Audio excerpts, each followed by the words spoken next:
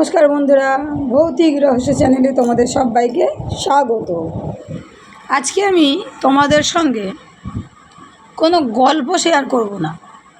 আজকে আমি তোমাদের কাছে একটা সত্যি ঘটনা শেয়ার করতে চলেছি। সেই সত্যি ঘটনাটা আমার সঙ্গেই ঘটেছিল। তাহলে চলো সেই সত্যি ঘটনাটা তোমাদের কাছে শেয়ার করি। বন্ধুরা, তখন আমি 8 পাস করে 9-এ উঠেছি। আমরা ছিলাম 4 বান্ধবী। আমরা যখনই স্কুলে যেতাম না, একসঙ্গে আমার বান্ধবীরা গেলে আমি যাব, আবার 4 বান্ধবীর মধ্যে যদি একজন না যায় কেউই যাবে না, এরকম ব্যাপার। তা আমরা যখন 8 পাস করে 9-এ উঠি, তখন আমার আর 2 বান্ধবী স্কুল ছেড়ে দেয়। কেন ছেড়ে দেয়? তাদের বিয়ের জন্য দেখাশোনা হচ্ছিল।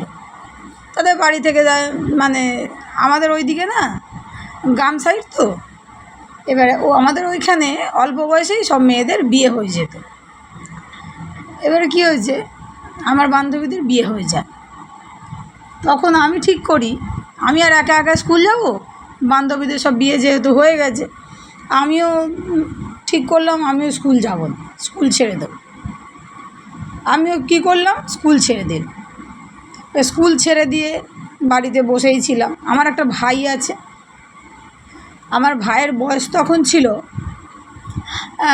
তখন কত হবে, তখন আমার ভাইয়ের বয়স ছিল ওই 7-8 বছর বয়স ছিল তখন আমার ভাইয়ের। আর এবার ওই ভাইয়ের সঙ্গে খেলাধুলা করতাম, কিন্তু ভাই তো স্কুলে পড়তো, কতক্ষণই বা ভাইয়ের সঙ্গে খেলবো। এবার কী করতাম, বসে বসে বোর হতাম। তা মা একদিন ঠিক করলো যে যা তাহলে মামার বাড়ি কদিন তুই ঘুরে আয়। আমিও ভাবলাম যে না, বসেই আছি, তাহলে যাই মামা বাড়িতে একটু ঘুরে আসি। তা আমি যথারীতি মামা বাড়িতে গেলাম। এবারে ওখান থেকেই আমার জন্য যে এত বড় একটা ঘটনা অপেক্ষা করছে ওখানে, আমি সত্যি জানতাম না। আর আমি এমনিতে একটু ভীতু, একটু ছাওয়া দেখলেই ভয় পেয়ে যাব, এরকম আমি একটু ভীতু। তা আমি মামা বাড়িতে থাকতাম বেশ ভালোই, সকাল হলে যেন আমার খুবই ভালো লাগতো, সকালবেলা আমার খুবই ভালো লাগতো। হ্যাঁ, রাত হলেই যেন আমার একটা গা ছমছম করতো, বাইরে বেরাতে ভয় পেতাম মামা বাড়িতে। আর আমার মামার বাড়িটা না, মামার বাড়িটার চারপাশে জঙ্গল। হ্যাঁ, মামার বাড়ির বাড়ির পিছন দিকে একটা বড় পুকুর আছে, আর সেই পিছন দিকে একটা বড় জঙ্গলও আছে, মাঠ। এবারে আমি কি করলাম, সন্ধে হলেই আমি আর ঘর থেকে বেরাতাম। হ্যাঁ, এবারে আমার দাদু কাজ থেকে আসতো যখন, একটু সাহস পেতাম, দাদুর সঙ্গেই থাকতাম সর্বক্ষণ। আমার দাদু একটু ঠাকুরের গান টান করতো, দাদুর কাছেই বসে থাকতাম। খুবই বেশ মোটামুটি কদিন আনন্দেই কাটছিল। তবে বন্ধুরা, তোমাদের কাছে আর একটা ঘটনা বলি। আমি না ওখানে যখন ঘুমাতাম, আর ওদিকটা গ্রাম সাইড তো, 9টার মধ্যেই সবাই শুয়ে পড়ে। এবার শুয়ে তো পড়তাম, কিন্তু কি হতো, ঠিক 2-2:30টার সময়, বন্ধুরা বিশ্বাস করবে না, তোমরা একদমই বিশ্বাস করবে না হয়তো, ঠিক 2-2:30টার সময় আমি যখন কি বলবো, 2-2:30টার সময় আমার ঘুম ভেঙে যেত। 2-2:30টার সময় যখন আমার ঘুম ভেঙে যেত, তখন না যেন আমি স্পষ্ট শুনতে পাচ্ছি দাদুদের ছাদের মধ্যে কে যেন হেঁটে বেড়াচ্ছে। পুরো স্পষ্ট পায়ের আওয়াজ পাচ্ছি। দাদুদের ছাদটা একটু লম্বাটে গোছের ছিল, মনে হচ্ছে কে যেন এ মাথা থেকে ও মাথা হাঁটছে। তোমাদেরকে বলছি, আমার এখনও গায়ে কাঁটা দিচ্ছে। দাদুদের ছাদে এ মাথা থেকে ও মাথা কেউ যেন হেঁটে বেড়াচ্ছে। আমার অতিরিক্ত ভয় করছিল। আর তোমাদের তো আগেই বলেছি আমি এমনিই ভীতু। এবারে শুয়ে তো আছি ঠিকই, দাদুও ঘুমাচ্ছে, দিদাও ঘুমাচ্ছে, আমার তো ঘুম ভেঙে গেছে।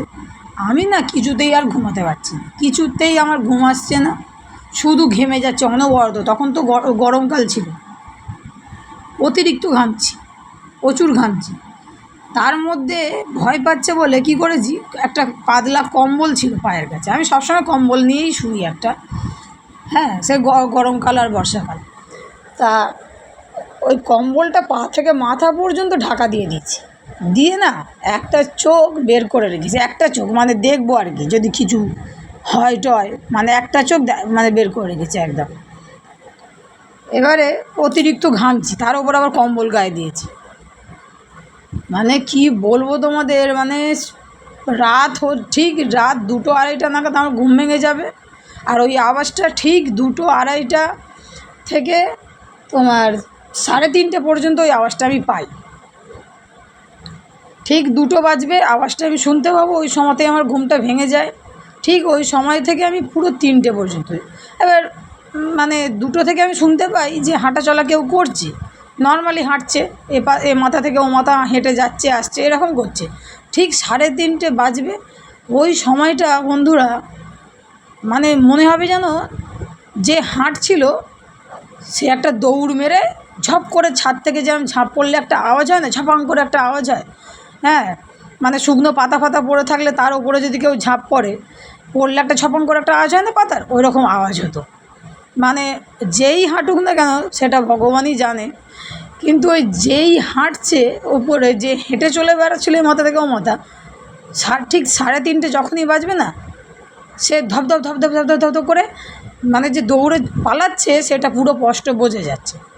সে ধপধপ ধপধপ করে দৌড়ে পুরো ছাদের ও মাথায় গিয়ে ঝাঁপ পড়বে, ছপাং করে একদম আওয়াজ হলো। তারপরে ভোরের দিকে গিয়ে আমি একটু ঘুমাতাম, সারা রাত তো ঘুমাতে পারতাম না, ওই 4টে থেকে একটু ঘুমাতাম। যাই হোক, তারপরে এবার আসল ঘটনাটা তোমাদের বলি আমি। আসল ঘটনাটা হচ্ছে কি, একদিন আমার দাদুদের না আগের মানে দাদু যখন ইয়ং বেলায় যে বাড়ি ছিল, আগের বাড়ি, সেইখানে আমার দাদুর ভাইয়েরা দাদারা সব রয়েছে, ওখানে ভাইয়েরা রয়েছে সব, ওই মানে কি বলে তোমার ভিটে বাড়ি। আমার দাদুদের যে আগের ভিটে বাড়ি, সেই ভিটে বাড়ি থেকে আমার দাদুরা অন্য জায়গায় চলে এসে বাড়ি করে ওখানে থাকে, আর আমিও সেই জায়গাটাই দেখেছি, মানে আমি অনেক ছোট তখন, অনেক ছোট, যে আগের ভিটে বাড়িটা আমি দেখেছি যখন অনেক ছোট, আমার ভাই দেখেনি। আর এখন যে বাড়িটা করেছে ওইখানেই আমরা আছি। এবার আগের ভিটে বাড়িতে আমার দাদুর ভাইয়েরা যেহেতু আছে, ওই ভিটে বাড়িতে আমরা সকাল হলে খেলতে যেতাম। ওইখানে আমার মামার ছেলেরা আছে, মানে আমার মায়ের কাকার সব ছেলেপুলে, সেই মামার ছেলেপুলে ঘুরতে হতো সব। আমার মায়েদের কোনো ভাই নেই, আমার মায়েরা 4 বোন। তা এবার সেই মামার ছেলে আর মামার মেয়ে আর আমরা সব খেলতাম দুলতাম, মাঠে ঘুরতে যেতাম। তা ওই বাড়িতে, মানে ওই আগের ভিটে বাড়িতে, ওখানে না বড় একটা মাঠ আছে, আর মাঠের মাঝখানে একটা পুকুর আছে, ওই পুকুরে সবাই স্নান করে। তা স্নান করে, এবার আমরা তো ওই পুকুরটা দেখেছি, কিন্তু মেন হচ্ছে যে আমরা ওইখানে না ঘুরতে যেতাম ঠিকই, কিন্তু আমরা কোনো দিন আর একটা যে ওখানে ডোবা আছে সেটা আমরা কোনো দিনই জানতাম না। তা আমরা না, আমি আমার মামার ছেলে আর মেয়ে, মানে আমার ভাই বোন নিয়ে, মামার ছেলে আমার থেকে বড় যেহেতু দাদা, তা আমরা 3 জনে না মাঠে ঘুরতে গেছি। তখন বাজে 4টে, বিকেল 4টে বাজে। তা ঘুরতে গেছি, ওখানে ঘুরতে গিয়ে কী হয়েছে, আমরা পুকুরটার ধার দিয়ে গেলাম, গিয়ে না একটা মাটির ঢিপি আছে বড়, অনেকটাই বেশ জায়গা। তা মাটির ঢিপিটা আমি আমার দাদাকে বলছি, এটা কী রে দাদা, এটাকে এত উঁচু ঢিপি, এখানে কি হয়?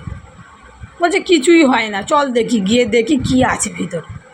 আর ঢিপিটার ধার দিয়ে না বন তুলসী পাতা, মানে বন তুলসী পাতা তোমরা নিশ্চয়ই চিনবে, বন তুলসী পাতা, পুরো তুলসী পাতার মতন দেখতে, কিন্তু সুগন্ধ খুব সুন্দর।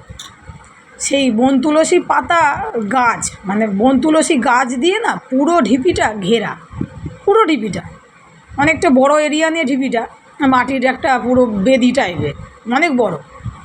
সেই জায়গাটা না পুরো বন তুলসী গাছ দিয়ে না সুন্দর করে বাঁধানো আছে। এবারে না ওখানে একটা কাঠ বেড়া দিয়ে একটা দরজাও করা আছে। তা আমরা 3 জনে মিলে ওই দরজাটা খুলে ঢুকে দেখছি পুরো সুন্দর একদম, মানে কত সুন্দর সাজানো, ভিতরটা না পুরো বন তুলসী গাছ দিয়ে তো ঘেরাই, ধাদি ধাদি পুরো ঘেরা, এবার সুন্দরই লাগছে। আবার ভিতরে না মানে মাটি না, মানে মাটির ওপর যে দূর্বা ঘাস হয়ে থাকে না, সেই দূর্বা ঘাসগুলো মনে হবে যেন কেউ মনে হয় সেভ করে রেখেছে, পুরো দূর্বা ঘাসে ভরা গোটা, মানে ইয়েটা সুন্দর করে একদম। আর ওইখানেই একটা ছোট ডোবা আছে, ডোবাটা পুরো পাঁক জলের মতো, মানে পরিষ্কার ঠিক জল নয়, পুরো পাঁক পাঁক টাইপের ঘোলা ঘোলা জল। এবারে ওখানে ওরকম দেখে না আমার এত সুন্দর ভালো লাগছে, আমি বলছি হেরে দাদা জায়গাটা কি সুন্দর রে, কোনো দিন তো আসিনি এখানে, খুব সুন্দর তো জায়গাটা, এরকম করে বলছে। ওরা কিছু বলছে না, ওরা কোনো সাড়া করছে না, ওরা শুধু ঘুরছে, কোনো ব্যাপার নেই। আমি ওরকম ঘুরে আমি কি করেছি, একটা বন তুলসী পাতা একটা তুলে ভালো করে আঙুলে চটকেছি, হাতে চটকিয়ে গন্ধ শুকছি, গন্ধ শুকে বলছি উফ কী সুন্দর গন্ধ, জানিস দাদা এই পাতার গন্ধটা আমার কী ভালো লাগে। তোমরা বললে বিশ্বাস করবে না বন্ধুরা, এই গন্ধটা যেমনি না আমি বলেছি, সঙ্গে সঙ্গে কোথাও কিচ্ছু নেই কোথাও, আকাশ পুরো পরিষ্কার ছিল। হঠাৎ দিকে পুরো মেঘলা, হঠাৎ দেখছি পুরো আকাশটা মেঘলা হয়ে গেল, মেঘলা পুরো কালো মেঘে যেন মানে ঢেকে যাচ্ছে চারদিক, যেন একটা অন্ধকার অন্ধকার ছাওয়া ছাওয়া হয়ে যায়। কিন্তু তখন বাজে 4:30, তাও মনে হয় হবে না, 4:30টাও মনে হবে না, আমার ঠিক মনে নেই। তা ভালোই দিনের আলো ছিল, চকচকে একদম আকাশ পরিষ্কার ছিল। গন্ধটা যেমনি পাতাটা শুকেছি, তারপরে আকাশটা মেঘলা মেঘলা হয়ে গেল। তারপরে আমার দাদা বলছে কী রে বৃষ্টি আসবে মনে হয়, তাড়াতাড়ি তুই চল বাড়ি চল, তুই আবার ওই বাড়ি যাবি, চল আবার। তারপর তোমার হচ্ছে বিদ্যুৎও চমকাচ্ছে সেই সময়। এবার আমি তো এমনিই ভীতু, তারপর ওরকম মেঘলা মেঘলা অন্ধকার, আমাকে আবার ওই বাড়ি যেতে হবে। আমি তো আমার দাদুদের পুরনো ভিটে বাড়িতে এসেছি, হ্যাঁ 2-3 মানে 4 মিনিট রাস্তা, পুরনো ভিটে বাড়ি থেকে নতুন ভিটে বাড়ি যেতে গেলে 4-5 মিনিট। তা এবার আমি ভয়ও পাচ্ছে, এবার কী করে যাব। আমি আমার দাদাকে বলছি দাদা তুই আমাকে একটু দিয়ে আয় দাদা। তা যাই হোক দাদা দিয়ে এসেছে। বন্ধুরা সেই দিনটা আমার ভালোই কাটলো মোটামুটি, কিন্তু রাত্রিবেলা ওই যে বললাম ঠিক 2-2:30 নাগাদ আমার ঘুম ভেঙে যায়, 4টের সময় গিয়ে ঘুমাই, সেম কেস, রোজকারের ব্যাপার ওরকম হলো। কিন্তু পরের দিন কি হলো জানো, পরের দিনই ঘটলো সেই ঘটনাটা, যেটা আমি স্বপ্নেও কল্পনা করতে পারিনি। যেটা ঘটলো, আমি সকাল থেকে মানে সকালে না অনেক বেলা পর্যন্ত আমি কোনো দিন সেরকম ঘুমাই না, 4টের সময় ঘুমাই ঠিকই, আমি ঠিক 6:30 7টা নাগাদ আমি আবার উঠে পড়ি। সেদিনে 10টা বেজে যাচ্ছে, আমার দিদা নাকি আমাকে অনেকবার ডাকছে, আমি শুনতে পাইনি। তারপর গিয়ে আমাকে গায়ে হাত দিয়ে ডাকতে না আমি উঠি, ওটার পর না একটা ঝিমমেরে মতো আছি, মানে যেন কিছু ভালো লাগছে না, আমার কিছু ভালো লাগছে না, দিনের আলোটা আমার ভালো লাগছে না, যেন মনে হচ্ছে ঘরে গিয়ে অন্ধকার করে চুপ করে বসে থাকি কি শুয়ে থাকি এরকম মনে হচ্ছে, খেতেও ভালো লাগছে না। আমি সকালে উঠে 1 লিটার খালি পেটে আমি 1 লিটার জল খাই, সেখানে সকালে উঠে আমার কিছুই খেতে ইচ্ছা করছে না, জল তো দূরে থাক। আমার দিদা বলছে কী রে টিফিন খেয়ে নে, হ্যাঁ ইয়ে করেছি, কী খাবার করেছিল, তা বলছে খেয়ে নে। যাই হোক আমি কিছু একটা মুখে দিয়েছিলাম, দেওয়ার পর আমার অনবরত বমি হচ্ছে। তারপরে এবারে পেটে তো আমার কিছুও নেই, যেটুকু বমি হবার হয়ে গেছে, এবার খালি ওয়াক করছে, কিন্তু বমি আর হচ্ছে না। হ্যাঁ জল খাচ্ছি সেটাও ওয়াক হয়ে উঠে যাচ্ছে। এবারে কি হচ্ছে, পটি শুরু হলো, খালি পটি যাচ্ছি। তারপরে সেই দিন আমার দাদু বাড়িতে ছিল, আমার দাদু না আমার আবভাব দেখে বুঝতেই পেরেছে কিছু একটা ঘটেছে। আমার দাদু আমাকে জিজ্ঞেস করলো তুই গেছিলিসটা কোথায় বলতো, তখন আমি বললাম এরম জায়গা, এইখানে গেছিলাম ও বাড়িতে। বলছে তুই ও বাড়িতে ওইখানে কী করতে গেছিলিস, তুই ওখানে কেন কি যেতে গেলি, আমাদের তো বলে যাবি, ওই জায়গাটা এমনি ভালো নয়। যাই হোক তারপর আমার দাদু আমার মাসি, আমার ছোটো মাসি ওখানেই থাকে, তা আমার ছোটো মাসিকে বললো ওকে একটু জল পড়া দিয়ে। আমার ছোটো মাসির নাম হচ্ছে পম্পা। বললো পম্পা ওকে একটু জল পোড়া দে, তো জল পোড়াটা চোখে মুখে একটু দে, ওকে একটু খাইয়ে দে। তা আমাকে দিল, খাইয়ে দিল, চোখে মুখে দিলাম, তাও আমার যেন ভালো লাগছে না। আমার ভালোই আমার গা হাত পা সব থরথর করে কাঁপছে, শরীরে বল নেই, চোখ ফোক সব লাল হয়ে গেছে। আমার দাদু দেখেই বুঝতে পেরেছে। দাদু বলছে, এবার দাদু আমার সঙ্গে ইয়ার্কি মারছে, যেহেতু দাদু হয় তো নাতনির সঙ্গে একটু ইয়ার্কি মারছে। দাদু বলছে তোকে কি ছেলে ভূত ধরেছে নাকি, ইয়ার্কি মারছে। তা এবারে যখনই ভূত টুতের নাম বলেছে না তখন যেন আরও ভয় পাচ্ছে। তা এবারে আমার দাদু কী করেছে, আমার দাদুর যে বোন ওখানে থাকে, দাদুর বোনকে ডেকেছে, মানে আমার দিদা, আমার মায়ের পিসি হয়, সেই আমার দিদাকে ডেকেছে, ডেকে বললো জবা, জবা নাম, আমার দাদুর বোনের নাম হচ্ছে জবা। তা বলছে জবা একটু বুলটিকে নিয়ে যা, তো একটু ওকে নিয়ে যা, নিয়ে গিয়ে না ওঝাটার নাম আমার ঠিক মনে নেই, তা বললো ওই ওঝার কাছে নিয়ে গিয়ে একটু ঝাড়িয়ে ওকে নিয়ে যাবি ওষুধ দোকানে, ওখানে ওষুধ দোকান থেকে বমির ওষুধ আর হচ্ছে পটির ওষুধ নিয়ে আসবি। তো ভালো কথা। এবার আমার দাদু আমাকে বললো যা তুই চেঞ্জ করে নে, দিদার সঙ্গে যা। আমিও চেঞ্জ করতে ঘরে ঢুকেছি। চেঞ্জ করতে যখন ঢুকেছি না, এবার চেঞ্জ করে যখন আয়নার সামনে দাঁড়িয়ে চুলটা আঁচড়াবো, দাদুদের যে জানলাটা পিছন দিকে ছিল সেই জঙ্গলের দিকে, জানলাটা খোলাই ছিল, একটা হাওয়া দিচ্ছে, শীতল ঠান্ডা একটা হাওয়া দিচ্ছে, শীতল ঠান্ডা হাওয়া দিচ্ছে ঠিকই, কিন্তু আমার গা থেকে যেন আগুন বেরাচ্ছে। তা ওই তোমার জানলাটা যে খোলা ছিল, আমি যে আয়নার সামনে দাঁড়িয়ে চুলটা আঁচড়াচ্ছি, আয়না থেকে জানলাটা যে খোলা, পিছনের সব কিছু আয়নায় দেখা যাচ্ছে। আমি যে আয়নার সামনে দাঁড়িয়ে চুল আঁচড়াচ্ছি না, আমার যেন মনে হচ্ছে জানলার কাছে কেউ দাঁড়িয়ে আমার দিকে দেখছে, এরকম মনে হচ্ছে। মানে আমি আয়নার সামনে দাঁড়িয়ে চুল আঁচড়াচ্ছি আর আমি যে নিজেকে দেখতে ভয় পাচ্ছি। মানে আয়নার সামনে আমি দাঁড়িয়ে আছি ঠিকই, কিন্তু নিজেকে দেখে আমার ভয় লাগছে। আমার চোখ ফোক এত লাল হয়ে গেছে আর আমার মুখ টুকগুলো যেন মনে হচ্ছে যেন ফুলে রয়েছে। আমি নিজেকে দেখে ভয় পাচ্ছি, জানো, এমন অবস্থা হয়েছে। আমি তো আর বেশিক্ষণ আয়নার সামনে দাঁড়াতেও পারছি না, এবার চোখও যাচ্ছে সেই জানলার দিকে, আয়নার ভিতর দিয়ে। যখন আয়নার মানে সেই জানলার দিকে আমি তাকাতেই পারছি না, আয়নার ভেতর দিয়ে নিজের দিকে তাকাচ্ছি যখনই, নিজের মুখটা তো দেখতেই পাচ্ছি, আর মুখের সোজাসুজি পিছন দিকে যে জানলাটা সেটা আয়নায় পড়েছে, সেই আয়না থেকে আমি সেই জানলাটাও দেখতে পাচ্ছি। যেন মনে হচ্ছে আমি যে আয়নার দিকে তাকিয়ে রয়েছি না, সে যেন ওই জানলা থেকে তাকিয়ে রয়েছে আয়নার দিকে, আর আয়নায় যে আমি চুলগুলো আঁচড়াচ্ছি সে যেন আমার দিকে তাকিয়ে রয়েছে, এইরকম লাগছে। আমার ভয়ে আমি দৌড়ে ছিটকে বেরিয়ে আসি ঘর থেকে, এসে যা হোক করে চুল ফুল বেঁধে বেরিয়ে যায় দিদার সঙ্গে। এবার দিদার সঙ্গে যেহেতু আমি যাচ্ছি রাস্তা দিয়ে, ওদিকটা গ্রাম সাইড তো অন্ধকার, রাস্তাঘাটে আলো নেই, একটা টর্চ নিয়েছে, টর্চটা জ্বেলেছে।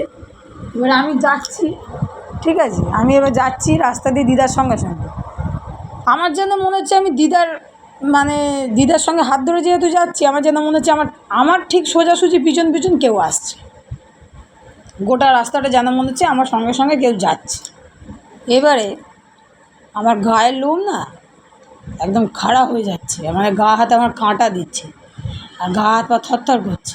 আমার দিদা আমাকে চেপে ধরে নিয়ে যাচ্ছে, বলছে চল তোকে আগে ঝাড়াবো, ওখান থেকে ওঝার কাছে নিয়ে গিয়ে ঝাড়ফুঁক করে তারপরে তোকে নিয়ে আমি ডাক্তারখানায় যাব।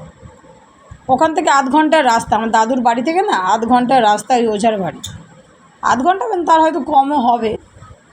তা ওখানে গেলাম, কিন্তু যখনই ওই জায়গায় ঢুকে পড়ি ওদের এরিয়ায়, ওই মানে ওঝার যে এরিয়ায় ঢুকে পড়ি তখনই যেন একটু শরীরটা হালকা হলো, যেন মনে হলো পিছনে আর কেউ নেই, এরকম মনে হচ্ছে। এবার গেলাম, যাওয়ার পরে ঝাড়ফুঁক করে একটা তাবিজ দিয়েছিল, একটা জল পোড়া দিয়েছিল বোতলে করে, তা তাবিজটা আমাকে বেঁধে দিয়েছে। তারপরে ওখান থেকে মানে দিদার সঙ্গে যাই, যতই হোক ঝাড়ফুঁক করুক যাই করুক, কিন্তু ভিতরে আমার সেই ভয়টা তো রয়েছে। আয়নায় মুখ দেখেছি যখন, মনে হচ্ছে কেউ জানলা দিয়ে তাকাচ্ছে, এরকম এই যে ভয়টা মনের মধ্যে রয়েছে। আমার খালি যেন মনে হচ্ছে আমার পিছনে কেউ যাচ্ছে। আমি খালি কী করছি, আমার দিদাকে বলছি তুমি আমার পিছনে থাকো, আমি তোমার সামনে থাকবো। আবার সামনে থাকলেও ভয় হচ্ছে, দিদা পিছনে আছে না ভূত পিছনে আছে কিছুই আমি বুঝতে পারছি না। হ্যাঁ, এই ভেবে দিদার হাতটা ধরে যা হোক করে চোখ করে একদম চলে গেলাম, মনে জোর এনে যা হোক করে একটু শক্ত হয়ে চলে গেল। বাড়িতে এসেছি, বাড়িতে এসে না সেই রাতে আর কিছু সেরকম মুখে দিতে পারিনি। ওই জল পোড়াটা খেয়েছি, মনে হয় 2টো বিস্কুট মনে হয় জলে ভিজিয়ে খেয়ে তাবিজটা যা পড়েছিলাম। দাদু আর দিদার মাঝখানে আমি শুয়েছি, দাদু ঠাকুরের গান শোনাচ্ছিল। আমার দাদু আবার কালী ঠাকুরের গান একটু মানে কালী ভক্ত আর কি, তারা ভক্ত। তা আমার দাদু না রাত্রিবেলা খেয়ে দিয়ে যখনই শোয় না কালী ঠাকুরের গান 5-6টা করবে, তারপর ঘুমাবে। আমি না আমার দাদু আর দিদার মাঝখানে শুয়েছি। আমার দাদু এবার গান শোনালো আমাকে, গান শুনিয়ে মাথায় হাত বুলিয়ে দিল, আমি ঘুমিয়ে পড়লাম। সকাল হতে আমার দাদু মাকে ফোন করে বলল, তুই একটু আয়। তা বলতে মা এসেছে, মাকে সব ঘটনাটা বলল, এরম ব্যাপার। তখনই মায়ের মুখে শুনলাম যে ওই জায়গায় নাকি মানে একটা মানে পাড়াতোই কাকা, তা সেই কাকাকে বা কাকার পরিবারের লোককে নাকি ওখানেই মানে পোড়ানো হয়েছে, মানে ওই জায়গাতেই পোড়ানো হয়েছিল। ওই জায়গাতে, সে অনেক বছরের আগের কথা। তা ওই জায়গাতে নাকি মায়ের ওই পাড়াতোই কাকাকে ওখানে নাকি গোটা পরিবারকে ওখানেই মারা গেছে, যারা যারা পরিবারের সবাইকে ওখানেই পোড়ানো হয়েছে। আর ওই যে ডোবাটার কথা বললাম না, ঘোলা ঘোলা জল, ওই ডোবার জল নিয়েই নাকি সেই মরাদের স্নান করানো হয়েছে, তাদেরকে ওইখানে বসিয়েই সব কাজ হয়েছে। আমি তো জানতাম না। আমার মা বলছে ওই সব জায়গায় যায়, আর ওই সব জায়গায় গেলে ওই সব পাতা টাতা তুলে গন্ধ শুকে বলে খুব সুন্দর গন্ধ, ওইসব বলতে নেই ওই সব জায়গায়। তারপরে মা বলল, তুই বাড়ি চল, তোকে এখানে থাকতে হবে না, তুই বাড়ি চল। যাই হোক বন্ধুরা, আমি বাড়ি চলে এলাম। তারপর থেকে সেরকম আর মামা বাড়িতে আমি যাইনি। তারপরে তার 2 বছর পরেই আমার বিয়ে হয়ে যায়। এখন আমি শ্বশুরবাড়িতেই থাকি। আর আগের থেকে ভয়ও অনেকটা কমেছে, কেননা এখন আমার বিয়েও হয়ে গেছে। এখন তো ভয় করলে আর চলে না, আমাকে তো একটু সাহস করেই থাকতে হবে, কেননা আমি তো ঘরে একাই থাকি। তো অনেক সময় কি হয়, অনেক সময় আগের কথাগুলো যখন মনে পড়ে না, তখন খুব ভয় লাগে, তখন আবার গা ছমছম করে। এবার একা একা যখন থাকি এখন আর সেরকম ভয় অতটা লাগে না। আর আগের কথা মনে করতে চাই না, আগের কথা মনে করলে সত্যি ভয় লাগে। আর আমার বাড়ির ছেলে পুলে কর্তা যখন বাইরে যায়, কাজে যায়, তখন যখন একা থাকি একটু ভয় তো লাগেই অবশ্যই। একটু ভয় লাগে, কেন একা থাকলেই মাথার মধ্যে ওইসব চিন্তা ঘোরে, তখনই একটু গা ছমছম করে। এখন আর অতটা ভয় লাগে না, এখন অনেকটাই সাহস হয়েছে, একটু নয়, আমার এখন অনেকটাই, আমি একা থাকতে ভয় লাগে না, আমি একা একা এদিক ওদিক যাই। এখন আর অতটা ভয় লাগে না। যাই হোক, আমি যে তোমাদের সঙ্গে আমার এই জীবনের একটা সত্যি ঘটনা শেয়ার করলাম, এই ঘটনাটা শুনে তোমাদের ঠিক কেমন লাগলো, আর তোমাদের জীবনে এরকম কোনো ঘটনা, সত্যি ঘটনা ঘটেছে কি না আমাকে একটু কমেন্টে জানিও। কার কার জীবনে আমার মতো এরকম সত্যি ভয়ঙ্কর ঘটনা ঘটেছে আমাকে কমেন্টে জানিও, ঠিক আছে? আর আমার এই ঘটনাটা যদি তোমরা কারোর সঙ্গে শেয়ার করতেও চাও, করতে পারো, কোনো অসুবিধা নেই, কোনো বাধা নেই। তাহলে বন্ধুরা, আজকের মতো বিদায়।